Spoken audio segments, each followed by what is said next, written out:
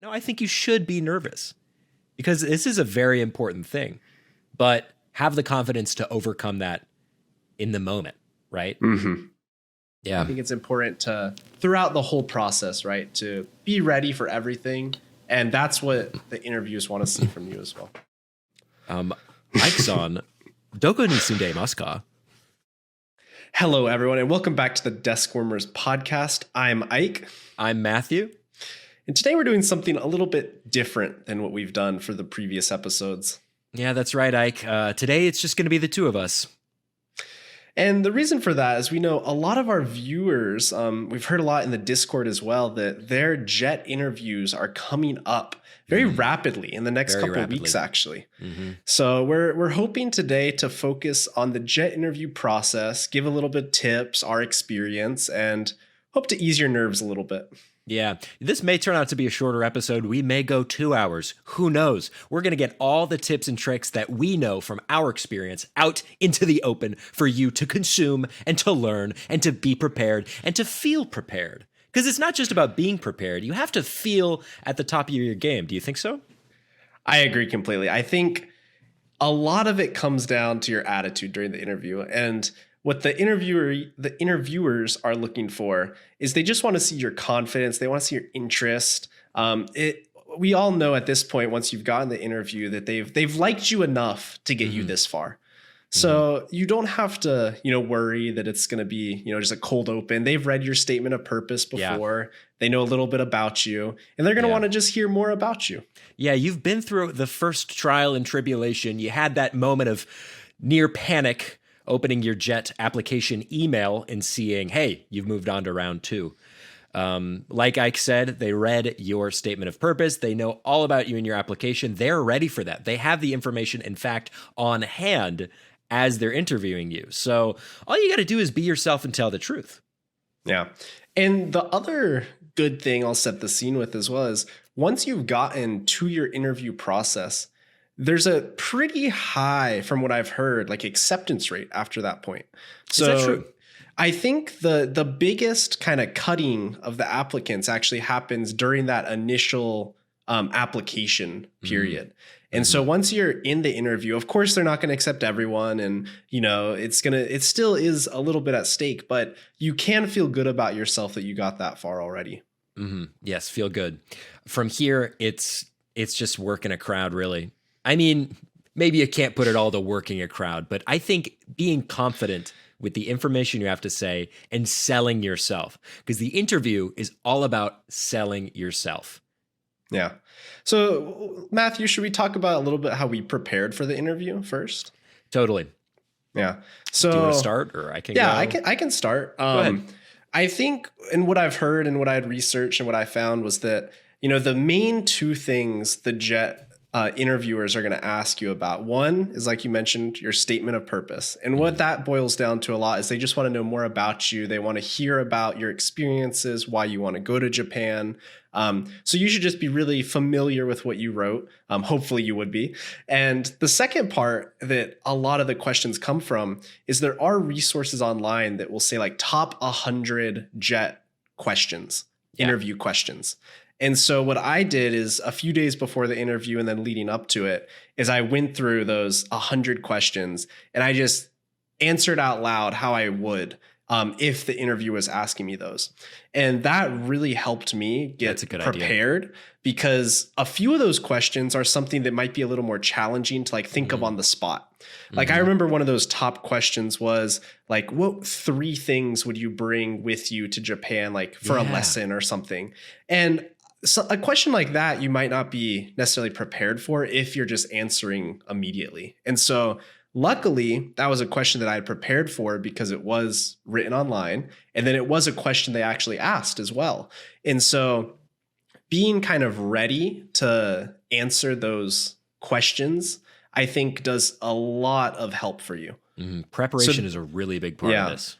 So those 2 things, just practice talking, whether it be a friend, family member, whoever, or just speaking out loud, I find helps a lot as well.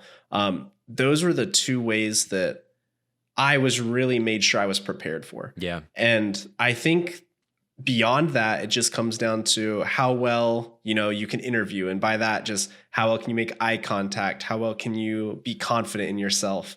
And that's stuff that's a little bit harder to, learn or be ready for on the spot. But it is good to keep in mind that just stay relaxed in yourself. Mm-hmm. But that was the main prep work I did that helped a lot. What about you, Matthew? That's the meat of your prep work. Yeah. Okay. The meat and potatoes really of my prep work are these flashcards. Oh.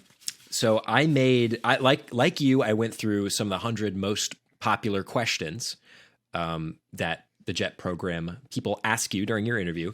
And I made flashcards, and I tailored the questions more towards my personal experiences as like responses to things that I would have already said. So for example, if they asked me, okay, what is your like professional experience? Have you done any internships?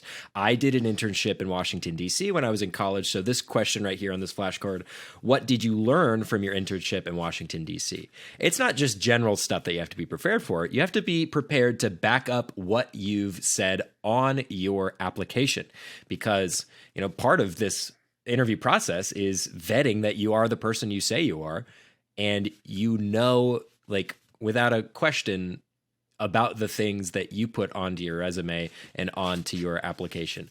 I think that it's probably true that the statement of purpose is the largest cut of the applicants, and the interview kind of weeds out, what do you say, maybe another 20%, 30%? Yeah, I'm not sure about the exact percentage, but I do know, and just from my personal, friends as well that also applied, that once they got the interview, it was pretty likely. Now, I'm saying that from someone that actually got waitlisted, where I was one of, say they cut 20%, maybe another 20% get waitlisted or something. I'm not sure the exact ratio, but I was lucky in the fact that a spot did open up for me. And because this all depends on the consulate, right? Correct. Yeah. So I was going through the Atlanta consulate, and you were... I was in Chicago. Chicago, yeah. Uh-huh. And so, yeah, it depends on the consulate, like how many spots they have. And the other thing for Matthew and I's year was it was extra competitive because they already had a big group of jets that had been postponed a year because of COVID.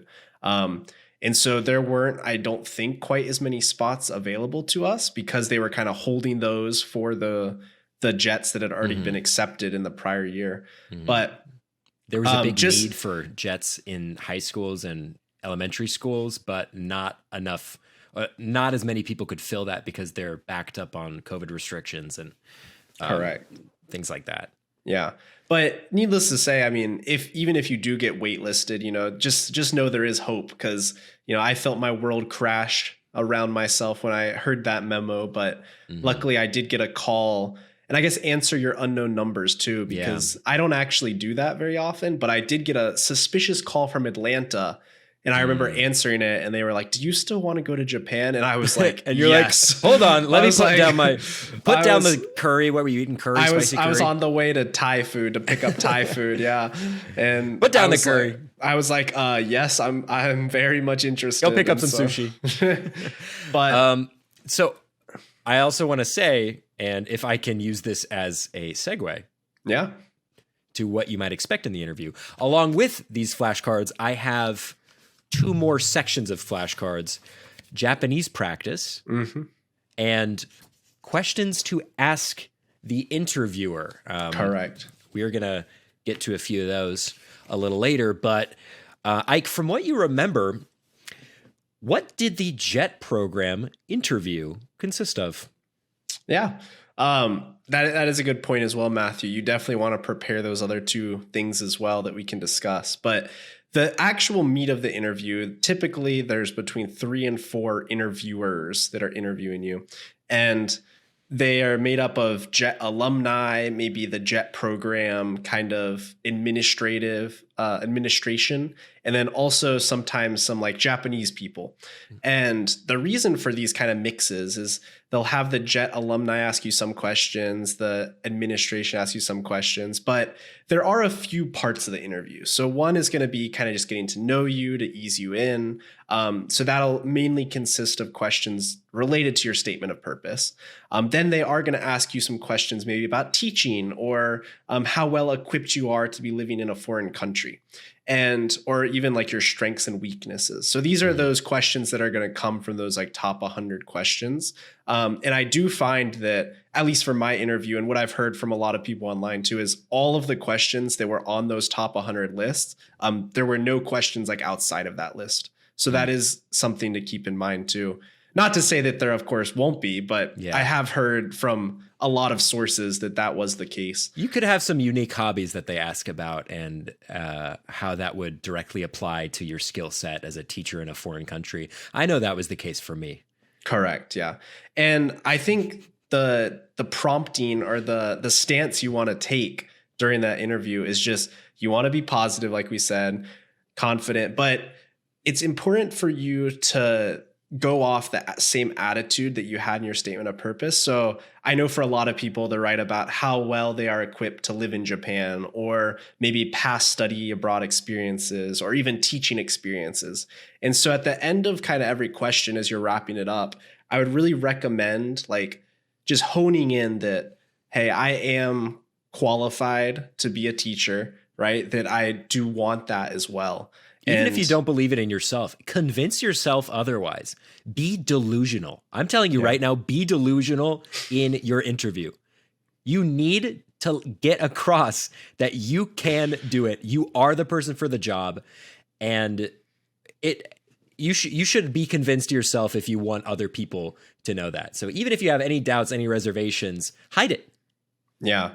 And I know we've talked about that in past podcasts as well, is that during the interview process, if at any point they might think that, you know, it might be difficult for you to live in Japan, that's really going to be the part where they maybe start to feel questions about you or if you can do it, because none of the interviewers are, you know, malicious or trying to, you know, trick you or anything, but they are wanting to make sure that they're not wasting their money on you. Yeah. Because at the end of the day, they're the ones paying for your plane ticket. They're paying for your basically orientation. They don't want to have to, you know, fill that spot in the next year. Yeah. This is not a scholarship or a study abroad opportunity. This is very directly a job, and not a business, but like a government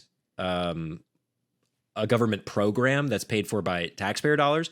So they want to get a good investment out of the people who they're choosing from a foreign country that says, hey, yeah, I'll be okay with living in another country. And it's quite interesting because we've run into many different types of people and people from a bunch of different backgrounds on our time at the JET program. And not all of those people had like international experience or thought that, you know, they would be comfortable with living in another country. Of course, they wanted to join the JET program, but not everybody has the same background. So I ran into people who'd never left the United States before coming on the JET program, but they were able in their interview to convince the interviewer that they would be okay with living and teaching abroad. This is a very big, and I think the most important part of the interview that you want to convince your interviewer. Yes. And I think if you do a good job of convincing them that you're equipped for Japan, that you have some, you know, desire to be a teacher, to go out of your way to, you know, do more for your schools, I think you'll have a pretty good shot at passing the interview. Yeah.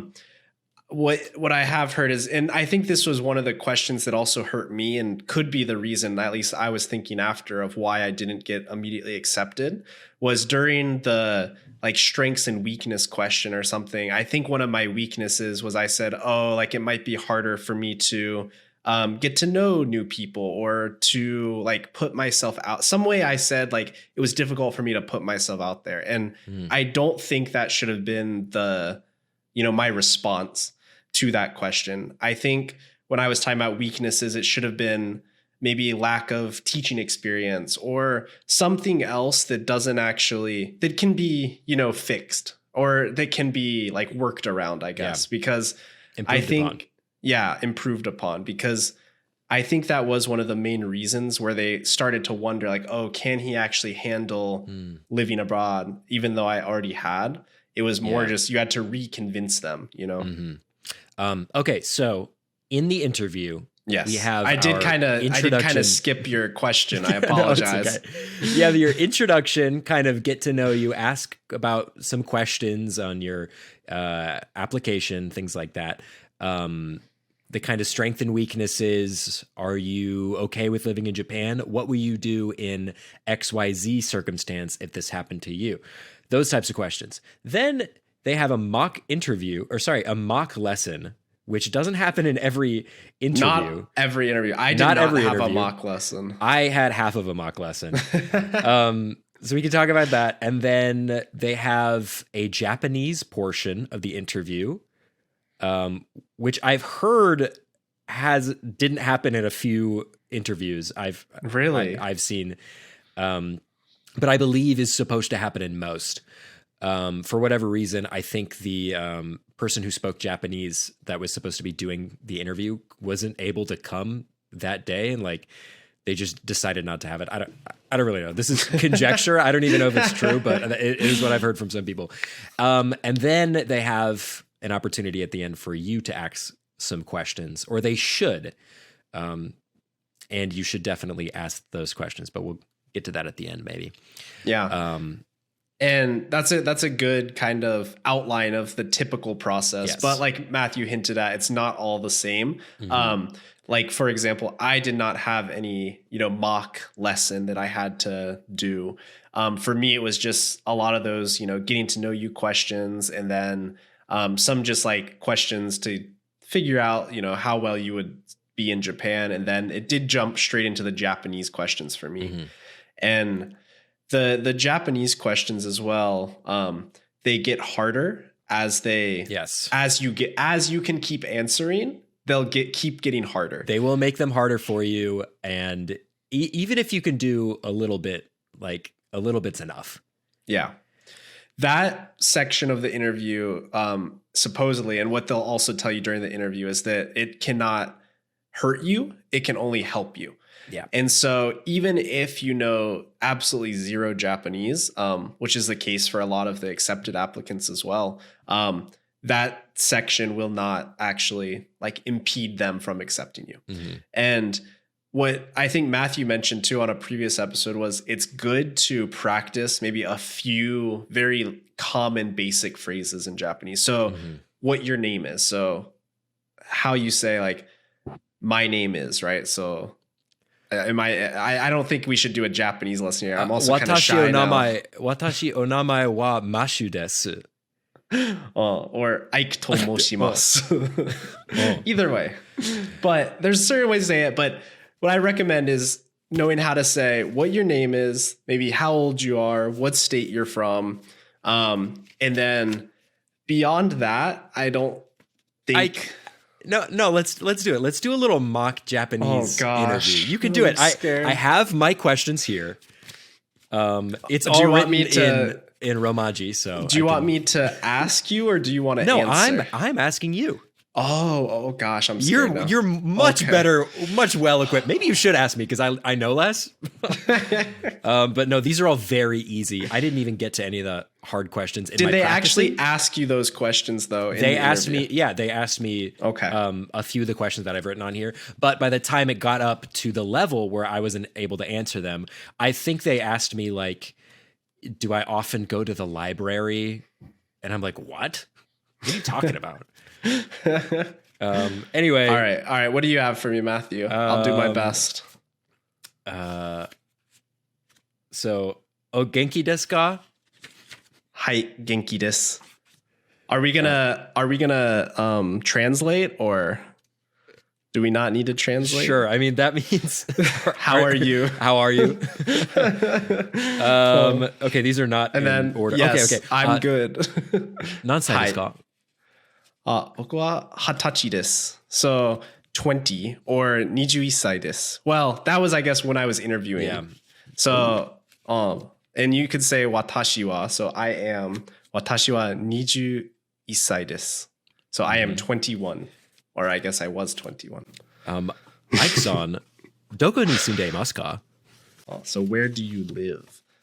僕は、North Carolina 出身です. So my home is North Carolina. Or I guess you could say Greensboro 出身です. So okay. I am from the city of Greensboro. Mm-hmm. So at this point, your interviewer will be like, okay, this person seems to have either the Japanese knowledge enough or has studied really basic things in order for me to start progressing towards more difficult questions. Like, 日本にいたことがありますか? So have you ever been to Japan? はい、日本にいたことがあります. So yes, I have been to Japan. Mm-hmm.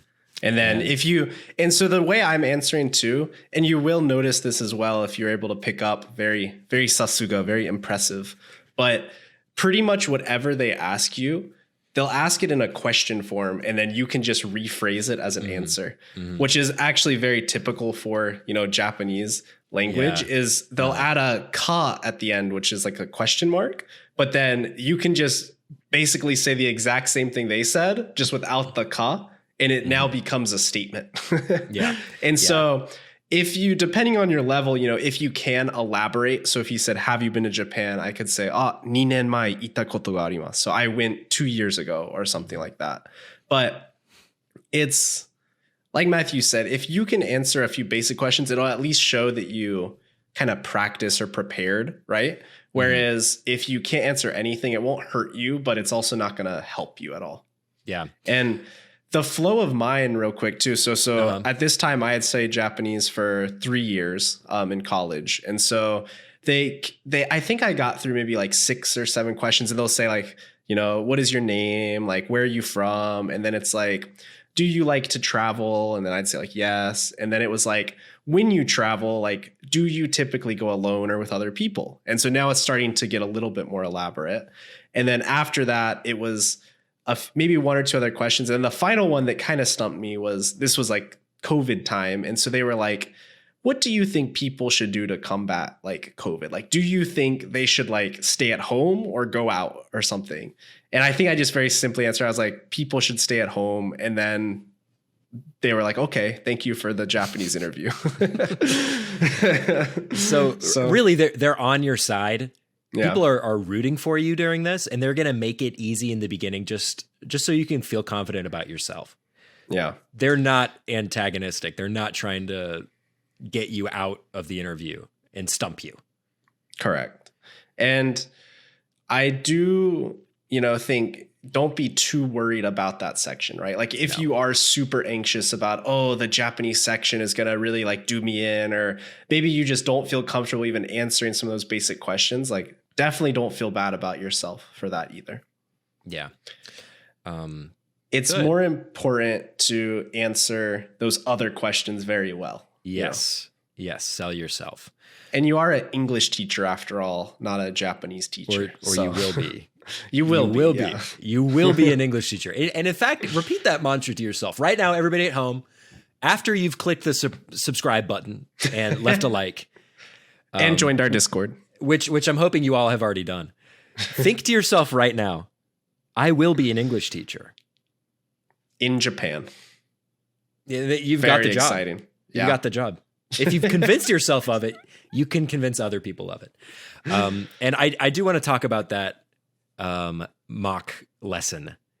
Oh yeah, please. I know you didn't have to go through with this, and I didn't, but I am familiar with the process just because I did read a lot of guidance before actually taking my interview. Yeah. Well, mine, like I said, was only kind of like a half lesson.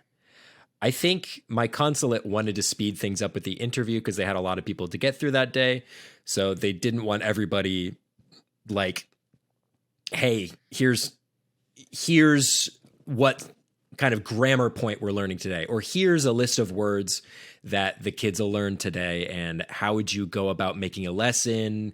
Give us like the timetable of like, okay, we're going to do the introduction for 5 minutes, then we're going to get through the introduction of the words for a little bit, have the students practice the words, and then do a game, and then give them a worksheet, and then call the lesson quits. Like, we didn't have a lot of time for that in my interview. But what they did was they called upon a specific hobby that I had and asked how it would relate specifically to an English lesson. And when they asked that, I'm like kind of confused. I'm like, what do you exactly want me to do? Okay, so a little background. When I was in college, I had a Twitch stream that I would do every couple days where I would play GeoGuessr. If you don't know the game, I'm going to explain it again. You're on Google Maps and you're looking around and you don't have the map to show you where you are. You have a map where you have to choose where you think you are. And the closest person to wherever that actual location is gets the most points, and then they win. I hosted a game show where I let people in my Twitch chat contribute their locations, and it would all be scored on the side. So it was very collaborative. And essentially what I told them that was almost like a game show. So they asked me, how would I attribute the things that I learned and the skills that I gained from my hobby to the classroom? And then I described to them a lesson that I actually ended up using in my actual classes in Japan, where kids have to go to the board, race to the board, and pick a country based on, like, I say the name of the country in English, and then they have to find the country on a map. And that was kind of the game that I described with them. I pulled it out of my butt, really, in the moment. Did they at least ask you for a certain grade level to do the lesson for, or did they just say come up with? Oh, they wow. didn't. They didn't. So I said, okay, I'm imagining these kids are maybe learning in another class the countries of the world. And in my class, I want to teach them those countries in English. So I have these flashcards, and I pull up a flashcard. It says Australia on it. And then it's kind of a two teams race to the board type situation. And the kids, whoever points to Australia first, Australia, but Australia on my English map that I had, would get it. Or no, it was a Japanese map. Anyway, but that's a really fun idea, and I think they liked it, and I think it showed to the interviewers that I was able to use my background of a hobby that I have to contribute to an English teaching job whose background that I don't have, because I'm not a teacher. I didn't go to school to be a teacher. I guess I was a teacher after I got the program, but at the time taking the interview, I was not a teacher. And what I've heard about the mock as well is they will give you like around a minute to prepare. So they'll say, hey, like, please come up with a lesson plan. And they'll usually will specify like elementary or middle school. And then they'll give you a little bit of time to like think about it. So definitely don't feel like you have to rush directly into like your lesson plan. I think they're expected that it is hard question, and it is, putting you really on the spot. What I would recommend to prepare for it, though, is come up with, one or two like ESL lessons. You can look it up just so you have kind of a background of what they typically look like. Mm-hmm. And then the other thing to consider is if they do specify elementary or some other grade, definitely try to use vocabulary or, ways of speaking that match the grades that they tell you to teach for. So if they do ask for an elementary lesson, definitely don't use too difficult of English, because at the end of the day, they are pretending to be, elementary Japanese kids. And so it's important for them to see that you can adapt your language to the situation as well. Mm-hmm. Yeah. Be prepared. Practice for it. Honestly, ask ChatGPT for ideas. Seriously, yeah. ChatGPT, give me ideas for an ESL lesson for second graders in Japan, and I'm their teacher. And then it'll spit out a few different ideas for you. And there's countless resources, including a few resources in our own Discord of example lessons that you can give to your interviewer, at your interview. Yeah. Yeah. Oh, so that part is definitely one of the more like nerve-wracking, I think, questions they can ask you is to do the mock interview, but just stay calm, use some lesson structure that you've seen before or that you can be prepared for will be really helpful. And it's like you said earlier, you're not going over there to learn Japanese. You're going over there to be an English teacher. They need to know that they're going to make the right choice in choosing you. Yeah. And so as long as you're enthusiastic, I don't want to say you have to be like animated through the process. But as long as you're not, like dragging your feet or being, sad that you have to do a mock interview, then that's going to help you as well. Like imagine in the interview, someone gets in there. It's like, okay, now we're going to do a mock lesson. You're like, shoot. Like, what does that say to the interviewer? Yeah. How unlucky. Unlucky. But I do find that, as far as resources online, like Matthew discussed too, I think we have some in our Discord, and I'm sure most people, if they are watching this video, have already done some research as well. Yeah. That most people will agree on, not only the attitude you should have, but also just the type of questions that get asked. Mm-hmm. I mean, as far as I know, I think the interview process has stayed pretty much the same for a long time, yes. I guess I'll say. Yeah. And so there are a lot of other helpful guides online as well. Mm-hmm. I think you should use one phrase in your interview, and that phrase will get you the job. And that phrase is grassroots internationalization. I knew you were going to say that. Rather than I knew it. Don't listen to him. Listen to me, okay? The job of the JET program ALT is to be the connection, the physical manifestation of a connection between two countries, okay? What is that called? It's called grassroots internationalization.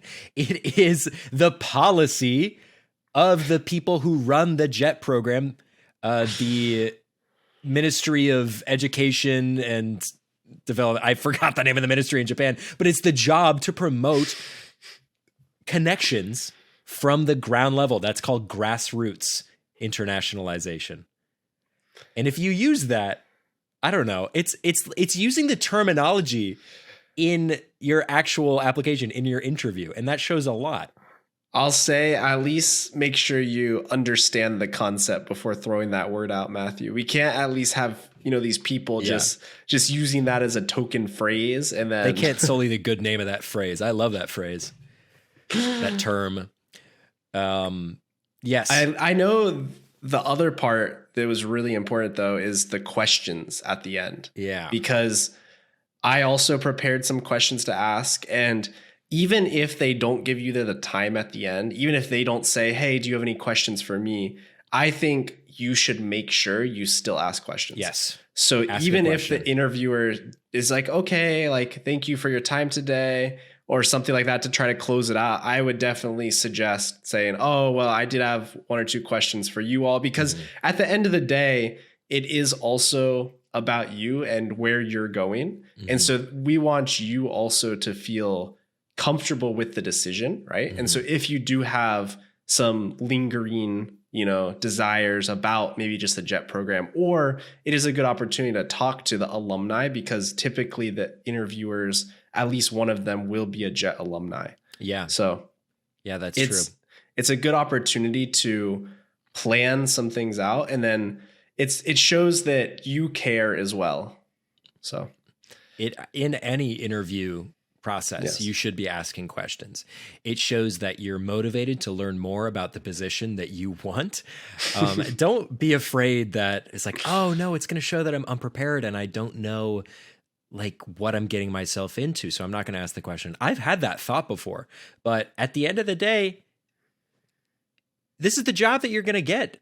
And it shows really well to your preparedness or your wanting to be prepared for that job to ask these questions. So I haven't even looked at these since I found my flashcards, so I don't even know what's on here. I can't believe you have them. I'm impressed. I asked the Jet alumni, what was your favorite Jet memory? Yeah, not bad. Thank you.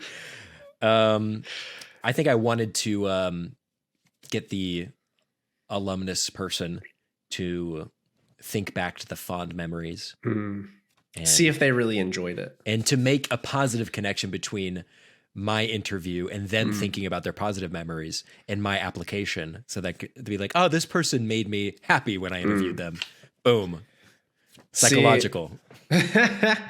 What my typical, I guess, strategy is when I'm asking questions at the end of the interview is to ask maybe questions that don't always have a positive answer.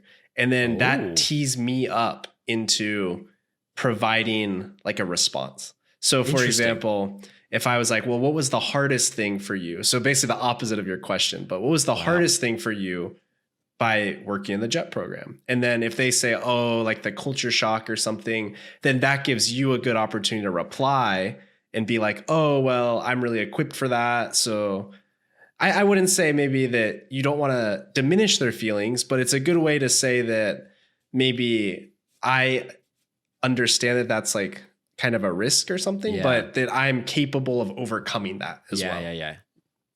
So what else do you have, Matthew? Very funny enough, I asked, what is it like living in rural Japan? And will I need to buy a car? Yeah. And I wonder if they hit you with the every situation is different as the answer there. I'm sure they did. They weren't aware that there's another more popular, well, less popular, but more beneficial acronym. Many situations are similar. Well, they weren't aware of it because it didn't exist yet. We need to tell them. We need to report directly. Spread the word. Yeah. MSAS is in. And I also asked, how easy is it to get by with limited Japanese ability? Man, these are questions that we answered on the podcast. That's true. Just reference the Deskwarmers, say, I got everything I need from there. Yeah. The one thing I will advise to be careful of, though, when asking the interviewers questions is you don't want to ask questions that are easily answered like on just the JET website.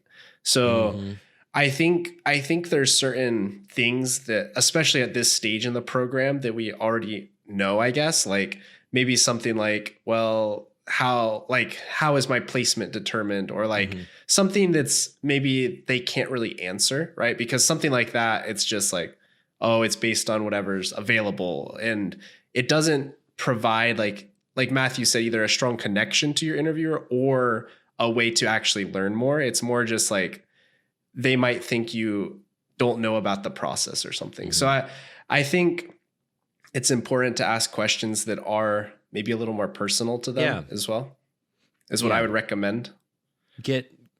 Ask for like personal answers, I guess. Yeah. And it is a good opportunity, right? Like we said, because there are JET alumni in the room, and they're still part of the JET interview. So they loved their time, right? So they're going to be very excitable, and it's going to be a good opportunity for them to see, or for you to see, I guess, like Matthew said, the connection there. But if you get them to start talking about their experience as well.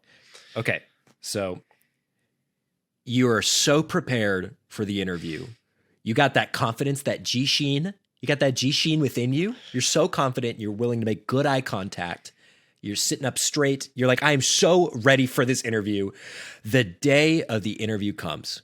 You've driven 2 hours to Chicago, or 3 hours to Atlanta, or 4 hours to London, or 5 hours to Perth. I don't know. And you are so scared because you're walking into that consulate door. You're going up the elevator to the room, the area where they're going to have your interview. How are you feeling? How should you feel? I think what was that? Go ahead, Matthew. How should you feel? Should you be nervous? should you, without a doubt, feel so confident? No, I think you should be nervous because this is a very important thing. But have the confidence to overcome that in the moment, right? Mm-hmm. Yeah. And nerves are good. Nerves motivate you. It's true. They know how, difficult the interview can be. And they know that everyone is probably going to be nervous about this situation opportunity. So just trying to, if you realize you're so nervous, then that makes you, I feel like, more worried or anxious, right? So it's one of those things where you realize that everyone there is nervous about this opportunity, but as long as you can, be a little nervous for the first couple questions, but as long as you can grow out of your shell and start being a little more open. But I will say the day of, and I'm sure everyone knows this, but definitely get as much sleep as you can. Of course, the classic interview, wisdom that people will tell you. You should dress very nice as well. Look sharp. Yeah. So, get a haircut a few days before. It does make a difference just to show that, you are ready for this professional setting. And then just practice a lot. So practice not only the questions about your statement of purpose, but plan some questions to ask them.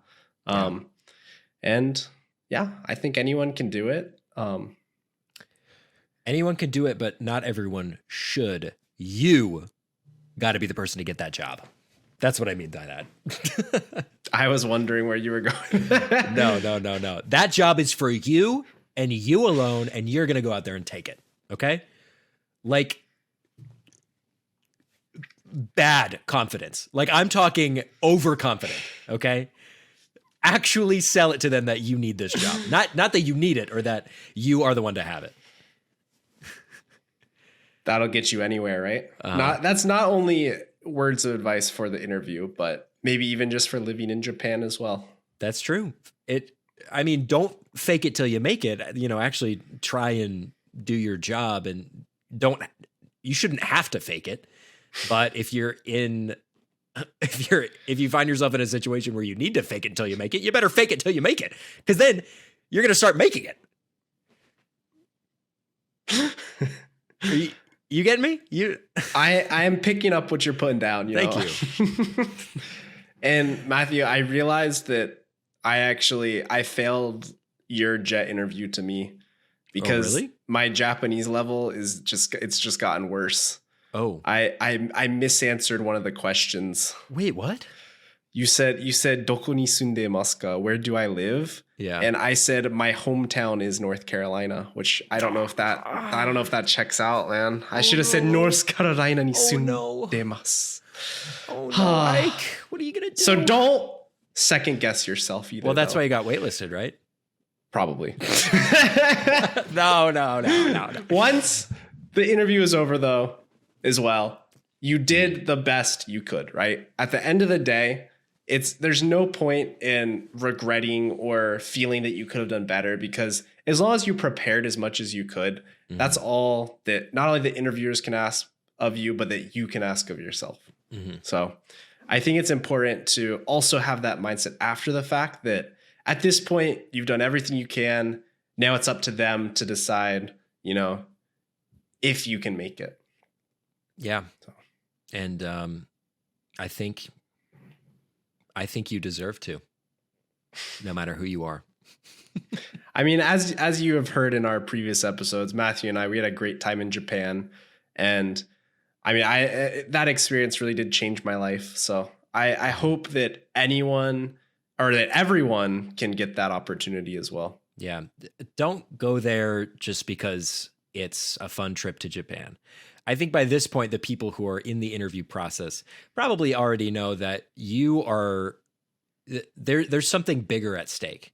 This is why I want to get the idea of grassroots internationalization across, because you are an agent of the state in a way in this cultural exchange. This is important work.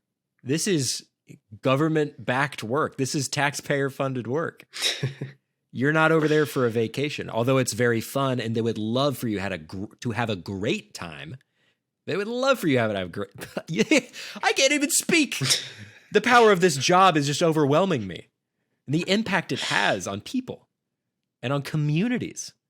Some of these rural communities don't have a lot of chances to speak with foreigners. This is that chance. Yeah. So if you're having the job just to have a fun vacation, you've probably been weeded out anyway. Good luck in your future. Yeah. I think once you do get accepted, because you will get accepted, once that does happen as well, and you get your placement, just continue to think positively, because there is a good chance that you weren't going to get one of your top picks, or that you'll end up in rural Kumamoto with, no one else around. So there is a lot of, difference there as well. So yeah, I think it's important to, throughout the whole process, right, to be ready for everything. And that's what the interviewers want to see from you as well. Okay, Ike. Yes. Key takeaways. Key takeaways. Very key takeaways. Short, Uh-huh. sweet and simple. Okay. We'll go back and forth. Okay. Firstly, prepare as much as you can, but don't get too overwhelmed with the preparation process. At a certain point, enough is enough. Ask your friends to help with the interview. Mock interview, even. Yeah. Other than that, I think you should just feel at the end like you gave it your all and live without regrets, I don't know if that's advice for the interview, but maybe just advice for life. Possibly. Make it seem like you'll be okay living abroad. They don't want runaways. They don't want people who go there and then immediately come back because they can't take it. I think I'm out of things. You're out? Okay, I'll just keep going. I think everything else I said earlier in the podcast. Well, these are key takeaways. This True. is like you're rephrasing what you've said in a shorter, more condensed format, possibly for promotional material or possibly just to get the message across. Ask your interviewers questions. Ooh, that's a good one. Grassroots internationalization. I'm done now for sure. Oh my gosh. Confidence is key. Don't overthink it. Okay, I think I'm out. These are key takeaways. They're key. Key takeaways. The keys to the interview. We have 9 of them. Wow, we got through 9. That's pretty good. I don't know. I just threw that number out. Sounds good. Yeah. So, all right. Well, I believe in you. Let us know how it goes. Yes, in the join comments. our Discord or in the comments. We'd love to. We have a Twitter answer now questions. Too. We have a Twitter and a Blue Sky. So if you're on either platforms, or I guess an X the Everything app, and Blue Sky, the Blue Sky app. And TikTok got banned. So well, no, they brought TikTok back. It's already back. Yeah. No. It was gone for like 20 hours. No. Less than a day. Wow. So I guess we still have TikTok. That's unlucky. Or yeah, I'm going to go with unlucky. Yeah. I mean, such a blessing and a curse. I think the curse portion of that app kind of rears its ugly head a little more than the blessing side of the app. We're going down a rabbit hole. I'm tired, man. Yeah. All right. Well, I believe in each. You guys got one this. Of you. Each and every. Yeah. You are powerful agents of opportunity, and you are willing to go the distance to get the job. So happy that you guys made it to this point, and happy that your jet career will most likely be advancing. So yeah. Comment down below. Tell us how you did on the interview, if it's already happened, or tell us your strategy. How do you think you're going to make yourself known? Set yourself apart from the crowd. And all right. Thanks for watching. Thanks for watching. See you next time. Adios. I mean, sayonara. Sayonara. Bye bye. Bye bye.